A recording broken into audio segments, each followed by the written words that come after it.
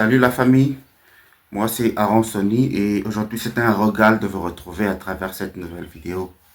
Alors sans plus tarder, let's go. Banyamurenge nko muri burimo kubona mwese turi ahantu i Bukavu niho tugishika twurutse ikibuga cy'indege ko turagira ngo tubabwire ngo mudushire mu masengesho twatangiye urugamba tigoroshe ariko twahafashe nababwiye ngo jewe. Je redonne du courage à tous celui qui croient au destin de la République démocratique du Congo. Et ça m'arrive des fois de penser, de me dire que il se peut que cette nation qui est la République démocratique du Congo n'est pas encore prête à pouvoir assumer ce grand destin. Soit que la population entière n'est pas encore consciente de ça. Nous sommes assis sur les plus grands déposits de ressources minérales qui existent sur Terre. Les plus grandes richesses qui peuvent changer la destinée du monde se retrouvent chez nous en République démocratique du Congo. Et c'est ça les problèmes que nous avons en fait. C'est vrai qu'il y a des problèmes que à mon niveau, je pourrais dire sont des problèmes de seconde classe ou de second rang parce que nos petites querelles politiciennes et consorts, ce sont des querelles de misère. Les miettes qui nous restent en fait, c'est beaucoup d'argent, mais par rapport à notre destin, ce sont des miettes. Des petites querelles de distribution de miettes, de mauvaise gestion et de gabegie, de corruption. Selon moi, ce sont des miettes en fait, ce sont des miettes. La République démocratique du Congo a un destin plus grand que ça. Et au fait, souvent je me dis que c'est ça que chaque parent, c'est ça que chaque personne, chaque leader, chaque personne qui a une position prévalente dans les opinions devrait passer à son frère, à sa soeur, à son enfant, afin qu'ensemble, mentalement, dans le mindset, nous puissions évoluer à ce niveau. Aussi longtemps que nous n'y sommes pas encore, ces déposits de cobalt, de diamants et d'or et consorts ne nous serviront jamais. Et là aussi, je plains les politiques congolais. Les politiques congolais pour qui la seule chose qui compte, c'est le pouvoir et le pouvoir maintenant. Et qui utilisent le nom du peuple. En fait, le nom du peuple, c'est pour faire quoi? C'est pour s'attirer la popularité. Et qui, en fin de compte, se compromettent comme ça. Ils se compromettent. Les politiciens congolais ont du mal, face au pouvoir et face à l'argent, à pouvoir rester droit dans leurs bottes. 2 345 000 km² de superficie, presque 120 millions d'habitants et avec un territoire bondé de richesses. C'est ça la République démocratique du Congo. Et ce territoire, c'est le nôtre. C'est le nôtre, c'est une bénédiction, c'est un lait que nos ancêtres, les aïeux nous ont passé. Et c'est notre devoir à nous de le protéger. Nous devons protéger ce jardin, nous devons le mettre en valeur. Pourquoi? Parce qu'il nous appartient. Et que nulle part sur terre, peu importe les endroits où nous vivons, où nous vivrons, où nous irons en exil, où nous trouverons le bonheur, nulle part sur terre, nous pourrons trouver un endroit qui nous soit propre, un endroit qui nous appartienne, qui nous soit légué en tant qu'héritage par nos ancêtres. La République démocratique du Congo, c'est notre pays. La République démocratique du Congo, c'est notre trésor. Avec tous les problèmes que nous avons, avec la guerre qui sévit, avec les querelles internes que nous avons, avec les difficultés auxquelles nous avons à faire face, avec notre histoire glorieuse et macabre, et cet avenir que nous devons forger ensemble. La République démocratique du Congo, c'est notre trésor, c'est notre bien et c'est notre pays.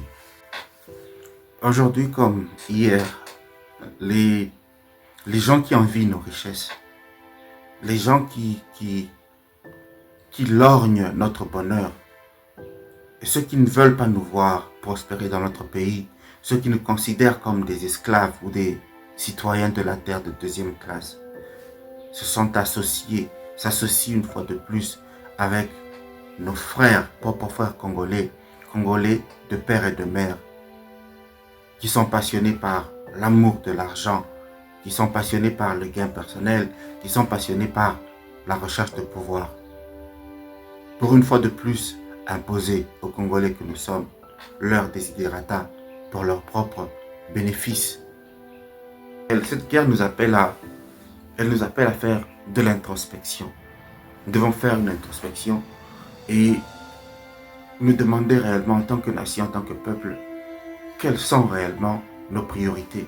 En tant que nation, en tant que peuple, sur quoi nous misons pour que la République démocratique du Congo puisse continuer à exister. Sur quoi nous misons pour que ce serment de liberté que nous avons reçu de nos aïeux, nous puissions continuer à le perpétuer. Quelles sont réellement nos priorités? Et moi, je crois qu'il faut que nous puissions essayer de refaire l'imaginaire collectif, essayer de redéfinir l'orientation ou redéfinir la perception de la vie que nous avons, redéfinir la perception de la nation en tant que République démocratique du Congo. Et dans cette introspection, nous devons nous poser beaucoup de questions. Entre autres, quelle est la valeur que nous accordons? Quelle est cette valeur que nous accordons à l'éducation nationale, au diplôme d'université? Et puisque nous parlons de guerre aujourd'hui, quelle est la valeur que nous, en tant que République démocratique du Congo, nous accordons à cette formation militaire? Quelle est la valeur que nous y accordons? Puisque nous avons en face de nous des criminels patentés, nous avons en face de nous des gens qui viennent avec un mental d'acier, ils viennent chez nous réclamer nos biens comme s'ils leur appartenaient. Bazoyana Loma, plein de courage et consorts. Nous n'allons pas former des soldats qui vont dans une formation d'une année. On ne s'assure pas que le soldat qui sort de cette académie a fait montre de courage et de bravoure. On ne s'assure pas que ce soldat est en mesure de pouvoir mettre fin au jour de quelqu'un. Puisque c'est pour cela qu'il est formé, c'est pour cela qu'on le forme. En temps de guerre, c'est pour cela qu'on le forme. La guerre, elle est gagnée par le nombre de personnes à Mabélé. C'est comme ça qu'on gagne la guerre. Celui qui a cette capacité, cette facilité, ce courage, cette possibilité de pouvoir en enterrer autant, c'est celui-là le plus fort. Alors, dans cette formation, cette fabrication de personnel que nous amenons dans cette initiative, dans ce projet qui est la guerre, est-ce que nous sommes réellement convaincus que nous avons formé des meilleurs des nôtres? Pourquoi faudrait-il que l'armée soit une carrière des rejetés, de ceux qui ont échoué dans nos familles, des fumeurs de chanvre, de ceux qui ne peuvent pas aller à l'école? Il y a des armes automatiques, il y a la géographie spatiale, il y a les drones, il y a toutes ces réalités, il y a des plans stratégiques à pouvoir implémenter, à pouvoir comprendre. Et si le meilleur de nous, en tant que nation congolaise, ne s'engage pas dans cette armée, s'il ne s'engageait pas dans cette armée, je crois que nous sommes barrés à l'avance. Nous sommes barrés à l'avance. Et il y a une question qui me vient encore à l'esprit. Parce que dans les débats que nous faisons, souvent les gens disent « Non, l'armée est mal entretenue, il n'y a pas de salaire et consort. » Bien, merci beaucoup. Nous serons libres le jour où les soldats congolais auront le même salaire que les soldats américains. Donc selon cette compréhension, selon cette pensée, la liberté en République démocratique du Congo ne dépendra que d'un salaire que nous recevrons, des conditions de vie qui seront meilleures. Et selon moi, c'est du pur mensonge. Nous ne sommes pas encore prêts pour cette liberté. Personnellement, je crois que nous ne sommes pas encore prêts pour cette liberté. En fait, la République démocratique du Congo est devenue, comme on dit chez nous, Mboka o Mibali Bazalaate. Sommes-nous réellement un pays je le dis au sens péjoratif, au sens culturel, traditionnel africain. Nous sommes dans un monde moderne où les hommes et les femmes ont les mêmes droits. Mais je le dis à la manière africaine. Okay? Est-ce que Toza Mboka Yabasi, en République démocratique du Congo, y a-t-il vraiment pas d'hommes et de femmes qui sont capables de se tenir sur une ligne de front, peu importe les flammes, peu importe les explosions, mais qui décident d'être là, qui décident de perdre de leur vie, qui décident de mourir sur la ligne de front? C'est peut-être philosophique, mais c'est juste une façon de penser, une façon de penser. J'essaye par ici de pouvoir ressusciter cette flamme-là qui a tendance à s'éteindre. J'essaye de vous faire comprendre que la guerre ne sera jamais vaincue. Aussi longtemps que vous et moi, nous ne sommes pas encore prêts à pouvoir voir de nos frères, de nos sœurs, que nous aimons, mais qui vont disparaître à la ligne de front. Aussi longtemps que nous-mêmes, qui nous engageons dans l'armée, nous ne sommes pas prêts à pouvoir mourir. J'ai vu les images de Goma où, semble-t-il, le commandement de l'armée était, disons, la première partie à pouvoir prendre la poudre d'escampette. Et que il y a ces soldats qui sont restés seuls, ces fantassins qui sont restés seuls dans la ville et qui se sont décidés à pouvoir se battre malgré tout, avec des ressources limitées, décidés à pouvoir se battre, décidés à pouvoir défendre leur territoire, et qu'il y en a même qui sont arrivés à traverser la frontière pour aller jusqu'à Gisenyi au Rwanda. Voilà venu le moment où tous ceux qu'on appelle généraux, tous ceux qu'on appelle généraux dans l'armée, doivent prouver que réellement ils y sont arrivés parce qu'ils ont fait preuve de bravoure et de courage, et parce qu'ils étaient dans des moments difficiles, dans des périodes inextricables, et qui sont parvenus à tirer l'épingle du jeu. Ils sont parvenus à motiver des troupes, ils sont parvenus à conquérir, et que les galons qu'ils portent sur leurs épaules ne sont pas des rétributions faciles, qu'ils les ont méritées. Et que le rôle d'un général n'est pas de porter des grosses gourmettes ou des chenettes, n'est pas de porter des bracelets en or et de se pavaner en 4 faux by faux, en 4x4 dans les grandes villes de la République démocratique du Congo. Le travail d'un général, c'est de pouvoir, le travail d'un chef d'armée, c'est de pouvoir motiver les troupes, de pouvoir haranguer les troupes, de les aligner derrière son courage, afin qu'ensemble ils puissent aller affronter l'ennemi. Mais si en République démocratique du Congo, il n'y a plus un seul combattant, il n'y a plus un seul chef d'armée qui puisse tenir tête au front, c'est que nous avons un problème sérieux. En fait, je crois que la guerre, c'est aussi quelque chose de culturel. Alors, nous devons redéfinir la façon dont nous voyons les choses. Ceux qui vont à l'église et qui prient pour que Dieu finisse la guerre en République démocratique du Congo, puisque l'église, c'est parmi les socles qui définissent notre personnalité, et c'est un symbole culturel qui, en quelque sorte, qui nous sert de repère dans les décisions, dans les orientations et dans la compréhension de la vie.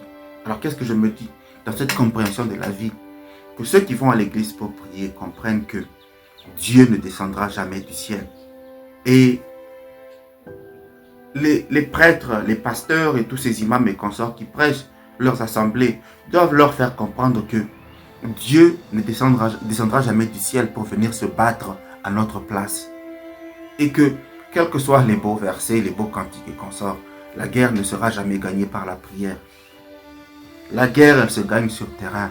Nous devons vulgariser, nous devons rendre acceptable, rendre normal que les jeunes Congolais qu'ils soient tentés à pouvoir joindre l'armée, qu'ils sachent comment manier les armes et faire de ça un métier noble. Nous devons changer les choses, responsabiliser le fait d'être responsable de la sécurité, du bien, du bonheur de la personne qui habite à côté de nous. Et ça, je crois que les églises, les pasteurs et les prêtres, ils peuvent facilement le faire. Si dans notre société, la guerre, la sécurité et tous les enjeux autour de ça, et l'armée a une place cruciale, certainement, nous serons sur la bonne voie. Pourquoi je dis ça? J'ai comme l'impression qu'en République démocratique du Congo, nous sommes convaincus que c'est Dieu qui se battra pour nous, c'est Dieu qui mettra fin à la guerre. Et ça nous déresponsabilise. C'est notre responsabilité à nous, en tant que citoyens congolais, de pouvoir protéger le territoire, civil ou militaire, mais premièrement dans nos familles. Comme une éducation familiale, nous devons le passer de père en fils, serment de liberté que nous léguons à notre postérité. C'est notre devoir à nous, Congolais. Ce n'est pas le devoir de Dieu. Ce n'est pas la responsabilité de Dieu. On peut prier à longueur de journée, jeûner même 365 jours par année. Dieu ne descendra jamais du ciel pour finir cette guerre. C'est une guerre dans laquelle vous et moi, nous devons nous engager. Et nous devons nous donner de la force et du courage à l'un et à l'autre. C'est vrai que ça fait peur et qu'on sort. Mais en face de nous, nous avons des gens qui ont internalisé cette réalité, qui sont prêts à tout. Alors, serons-nous prêts à tout? Nous nous devons d'être forts et courageux. Nous nous devons de nous armer du plus grand courage. Nous nous devons d'avoir cette foi en la République démocratique du Congo, en ce destin, en cet avenir que nous construisons ensemble. Qu'est-ce que je veux dire par là? Ceux qui ne croient pas que nous sommes faits pour vivre ensemble, ceux qui ne croient pas que nous avons, en tant que pays, en tant que nation, une destinée à pouvoir construire ensemble, ce message ne leur concerne en rien pratiquement. Je m'adresse à ceux qui croient que nous avons cette destinée à bâtir ensemble en tant que nation, en tant que République démocratique du Congo. C'est ça le départ de tout.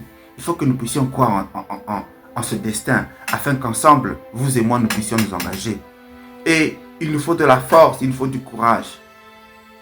Ce n'est pas une guerre facile, ça fait 30 ans pratiquement que nous sommes dans ces atermoiements. Ça fait 30 ans que cette guerre nous revient sous plusieurs facettes.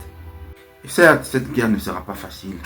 C'est une façon de forcer notre main, afin que nous puissions leur faire allégeance, afin que nous puissions courber les chines, afin que nous acceptions de pouvoir signer un armistice avec eux. Et aujourd'hui, j'en appelle comme ça à tout Congolais épris de bon sens, tout Congolais épris de patriotisme. Et la chose c'est quoi? C'est que la République démocratique du Congo n'est pas un protectorat du Rwanda ou de l'Ouganda. La République démocratique du Congo n'est pas un protectorat d'une quelconque puissance. La République démocratique du Congo, c'est notre pays, c'est notre territoire. Et que ça sied mal avec moi d'avoir l'impression que pour prester en République démocratique du Congo, en tant que président de la République, on a affaire avec le président du Rwanda qui se présente comme étant le responsable des ressources humaines, qui doit dicter le temps, qui doit dire ce qu'il faut faire ou ce qu'il ne faut pas faire. On a affaire avec le président du Rwanda qui vient réclamer des redevances, comme si par hasard, en République démocratique du Congo, nous étions des co-héritiers avec les Rwandais. Nous sommes un État libre. Nos ancêtres ont conquis cette indépendance le 30 juin 1960. Et personnellement, je crois que c'est notre devoir de pouvoir nous fortifier les uns les autres, de dire aux frères et aux sœurs que la dignité n'a pas de prix, de dire aux frères et aux sœurs que pour des raisons de dignité, nous devons nous lever, nous devons nous battre. C'est peut-être ça la chose qui nous manque. Dressons nos fronts longtemps courbés.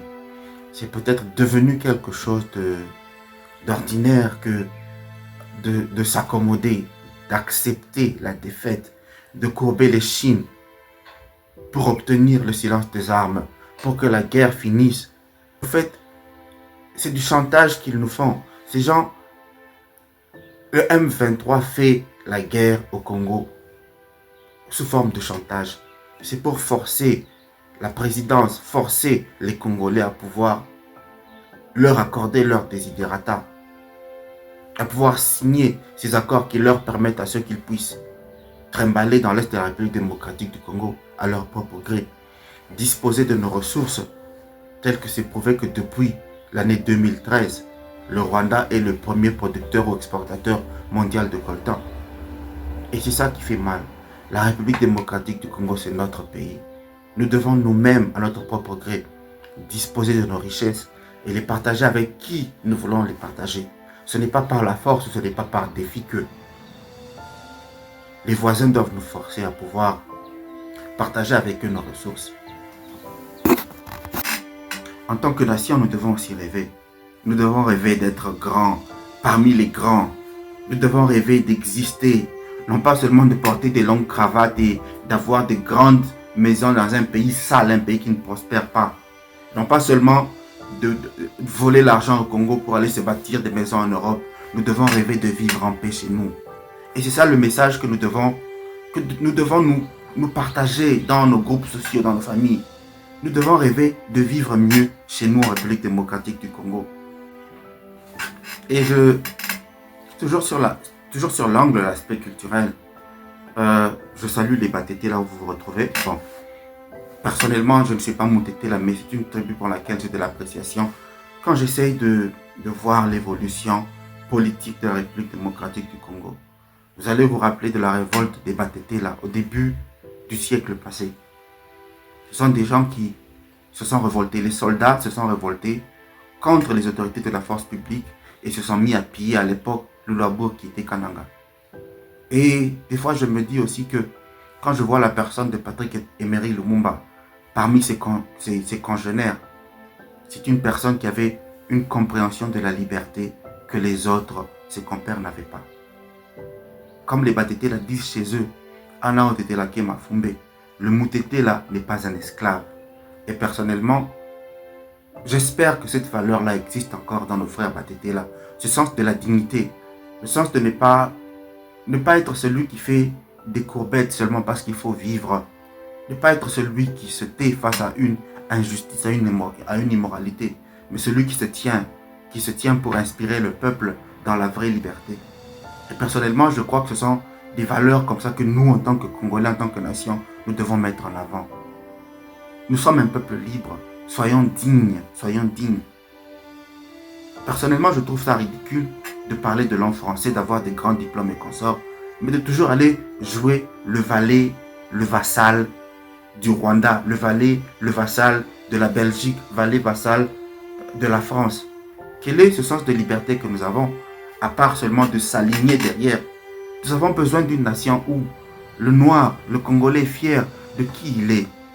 Et que le Congolais s'assure que dans cette parcelle de pouvoir qu'il a, il est maître de son destin.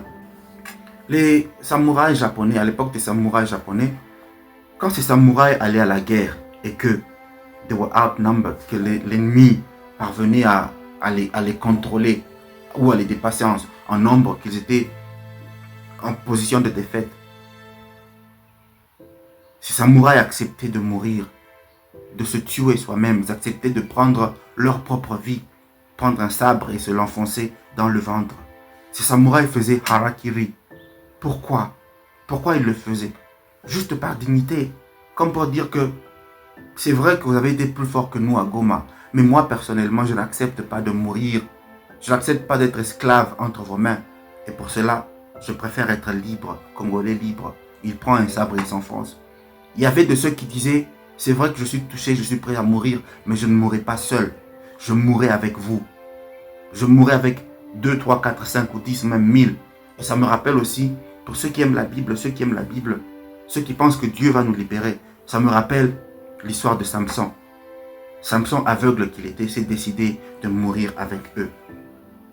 Peuple congolais, nation congolaise, qui paiera le prix pour vous? Si réellement vous voulez être libre, ce ne sont pas les belles paroles, ce ne sont pas les beaux posts sur les réseaux sociaux. Nous devons nous engager et nous devons nous battre.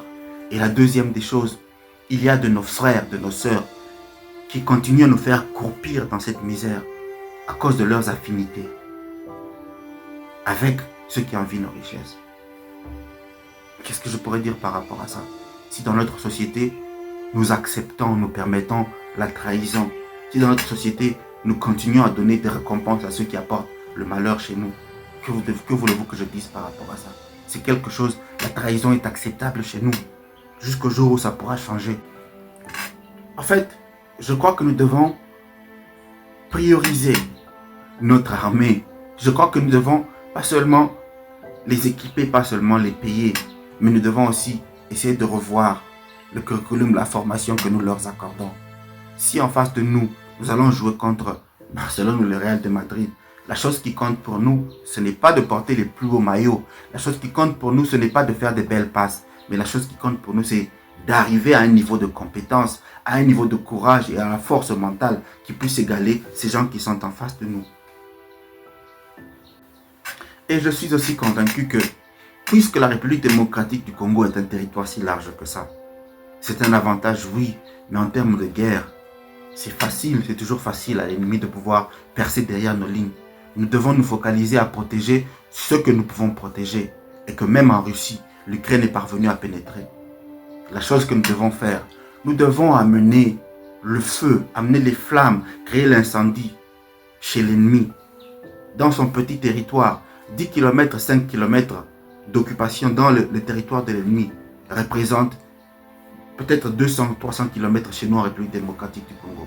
Nous n'allons pas les laisser à l'aise venir nous déranger chaque fois et retourner chez eux, aller s'endormir sur leur laurier, planifier d'autres guerres. Non, nous devons avoir le courage, de pouvoir leur montrer que ce territoire nous appartient et que nous sommes prêts à mourir pour la République démocratique du Congo.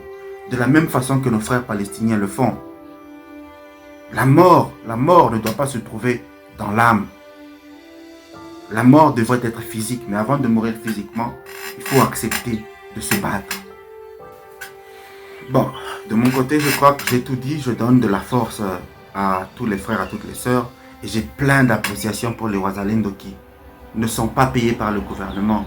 J'ai plein de respect pour les Wazalendo qui, avec leur petite connaissance d'utilisation des armes, se tiennent à la ligne de front pour défendre leur territoire, pour protéger leur famille. J'ai plein de respect pour eux. Que nos ancêtres et que les dieux de nos ancêtres vous fortifient et qu'ils continuent à vous protéger. Je crois que j'ai tout dit, que celui qui a mieux à dire puisse passer des mots d'encouragement, passer des mots de réconfort à nos frères, à nos sœurs qui sont au front, à nos frères, à nos sœurs qui veulent s'engager dans l'armée. Nous devons défendre la République démocratique du Congo. Et les FARDC, les soldats des FARDC qui tiennent debout au front, nous vous encourageons. Et nous sommes derrière vous. Que nos prières vous accompagnent.